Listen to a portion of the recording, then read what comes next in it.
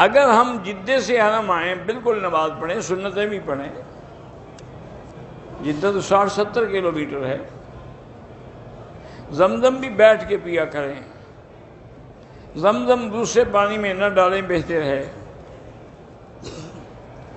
حج عمرہ کسی کے لیے بھی کر سکتے ہیں، بستی میں جمعہ نہیں ہوتا، بڑے قصبے میں ہوتا ہے، امام کے پیچھے پتہ نہیں لگا، سجدہ صاحب کریں گے، سجدہ صاحب سے کچھ نہیں ہوتا، اگر سجدہ تلاوت تم نے نہیں کیا، رکوع بھی نہیں کیا، نماز نہیں ہوئی، دوبارہ نماز پڑھو۔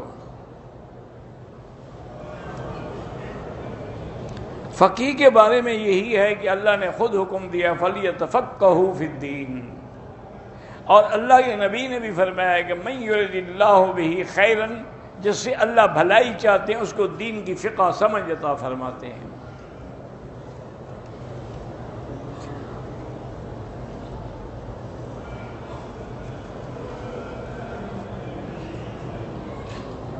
پتہ نہیں کیا لکھا اسکاٹ لینڈ میں کوئی دینی یونیورسٹی ہے جہاں فرحت ہاشمی صاحبہ نے سارے اسلامی ممالک کو چھوڑ کر دین متین کی پی ایچ ڈی کی، تو وہی اس سے پوچھے مجھے کیا پتہ ہے۔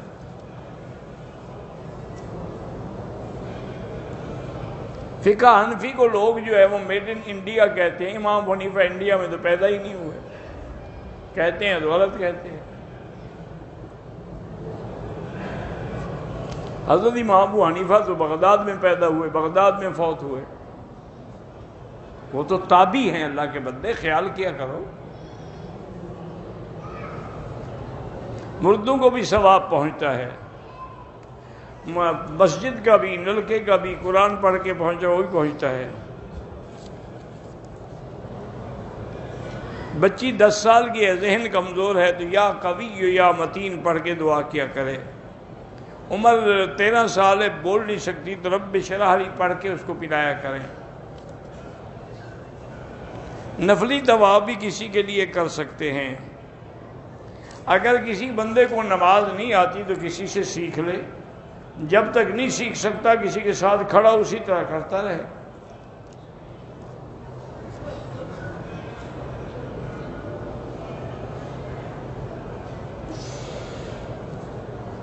کہتے ہیں کہ ایک بریلوی کہتا ہے کہ مصطفیٰ اترے مدینے میں خدا بھائی میں نے تو نہیں کہا اللہ کے بندے، یہ ان کی کتابوں میں باقاعدہ شعر ہے،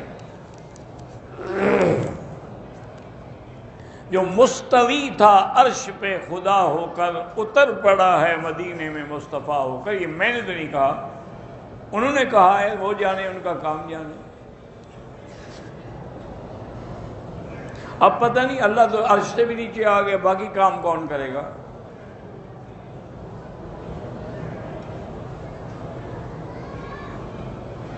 ایک آدمی بیوی بیمار تھی، احرام مدینے سے نہیں باندھ سکا، پھر 2 دن کے بعد طائف سے جا کے عمرہ قضا کر لیا، ٹھیک ہے کوئی دم نہیں۔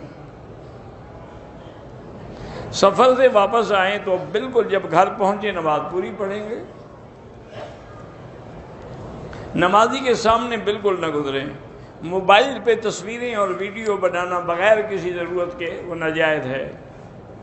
حالت احرام میں عورتوں کے ساتھ نہ لگیں، بچنے کی کوشش کریں، باقی نیت اللہ جانتا ہے۔ جمعہ والے دن عصر کی نماز کے بعد جو درود شریف 80 دفعہ پڑھا جاتا ہے، پتہ نہیں کون سا درود شریف، مجھے تو نہیں پتہ، کسی صحیح حدیث میں تو ہے نہیں۔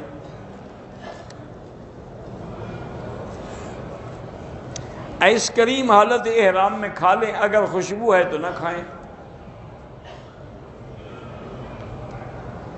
کہ ہمشیرہ مہر خطاب کی میر خطاب بیمار، اللہ سب کو شفا دے۔ بغیر وضو کے بھی احرام باندھ سکتے ہیں، ہاں باندھ سکتے ہیں۔ گاڑی 2 سال کے بعد بیچیں، گاڑی کی زکوٰۃ ہوتی ہی نہیں، اس سے جو پیسے ملیں گے آپ کو اس کی زکوٰۃ دیں گے آپ۔ کچھ مولوی کہتے ہیں کہ فاتحہ کے بغیر نماز نہیں ہوتی، تو ہم بھی کہتے ہیں کہ فاتحہ کے بغیر نماز نہیں ہوتی، لیکن مجھے وہ نماز تو بتاؤ جس میں فاتحہ نہ ہو، وہ نماز تم ڈھونڈ کے بتاؤ، مسئلہ میں سمجھا دوں گا۔ میں نے نہیں پڑھی، امام نے پڑھی، نماز میں تو فاتحہ آ گئی نا۔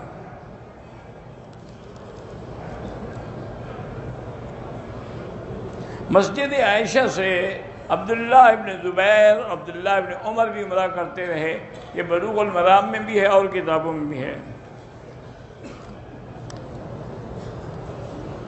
اگر 2-3 طواف کر لیں پھر بعد میں 2 رکعت پڑھیں، درمیان میں طواف ہو تو بھئی یا تو طواف چھوڑ دیں، یہ طواف پورا کر کے سنتیں پڑھیں۔ میں یمبو سے 10 دن پہلے احرام باندھ کے عمرہ کر چکا ہوں، اب کسی کام مکہ آ رہا ہوں، اگر کام کے لیے آ رہے ہیں تو بغیر احرام کے آ سکتے ہیں۔ خانہ کعبہ کا طواف کب سے شروع ہوا؟ حضرت آدم نے بھی طواف کیا، اس سے پہلے فرشتے بھی کرتے تھے۔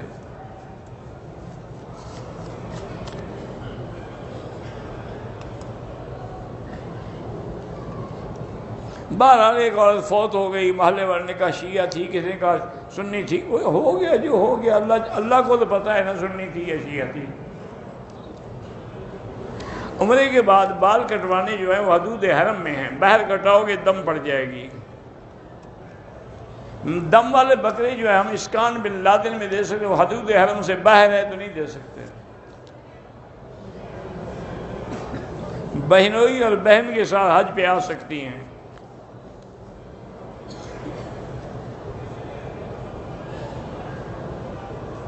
نمازوں میں مزہ بھی آتا ہے لیکن کیفیت ہے تو پڑھ رہے ہو نا۔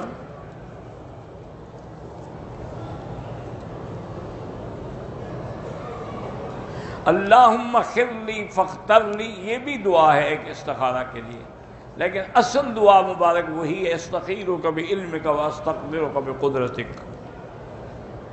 میں نے خواب میں دیکھا تھا، آپ کو بوسہ بھی دیا تھا، چلو جی اللہ قبول کرے۔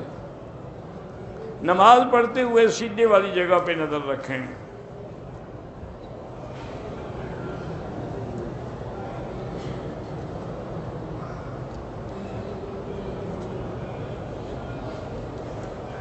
بھئی گزارش یہ ہے کہ حضور کعبے میں داخل ہوئے تو تصویریں بنی ہوئی تھی بتوں کی بھی اور حضرت عیسیٰ علیہ السلام کی بھی اور بی بی مریم کی بھی۔ حضور وہ مٹانا چاہتے تھے تو اندر کوئی سیڑھی تو تھی نہیں، حضور نے حضرت علی سے فرمایا کہ تم بیٹھ جاؤ تو میں تمہارے کندھے پہ کھڑے ہو کے یہ مٹا دیتا ہوں۔ حضور پاک نے قدم رکھا تو حضرت علی نے کہا بس کت یا رسول اللہ، میں برداشت نہیں کر سکتا۔ حضور نے فرمایا اچھا تم میرے کندھے پہ کھڑے ہو کے صاف کر دو۔ پھر حضور بیٹھ گئے اور حضرت علی کندھے پہ کھڑے ہوئے، انہوں نے صاف کر دی۔ اسی لیے حضرت علی فرماتے تھے کہ ابو بکر بہادر ہے کہ میں تو ایک قدم برداشت نہیں کر سکا اور وہ حضور کو اٹھا کے پہاڑ پہ چڑھ گیا۔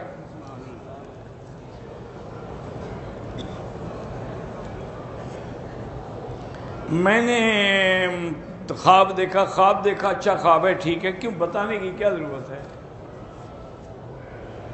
جن کی والدہ ان کے اللہ مغفرت فرمائے۔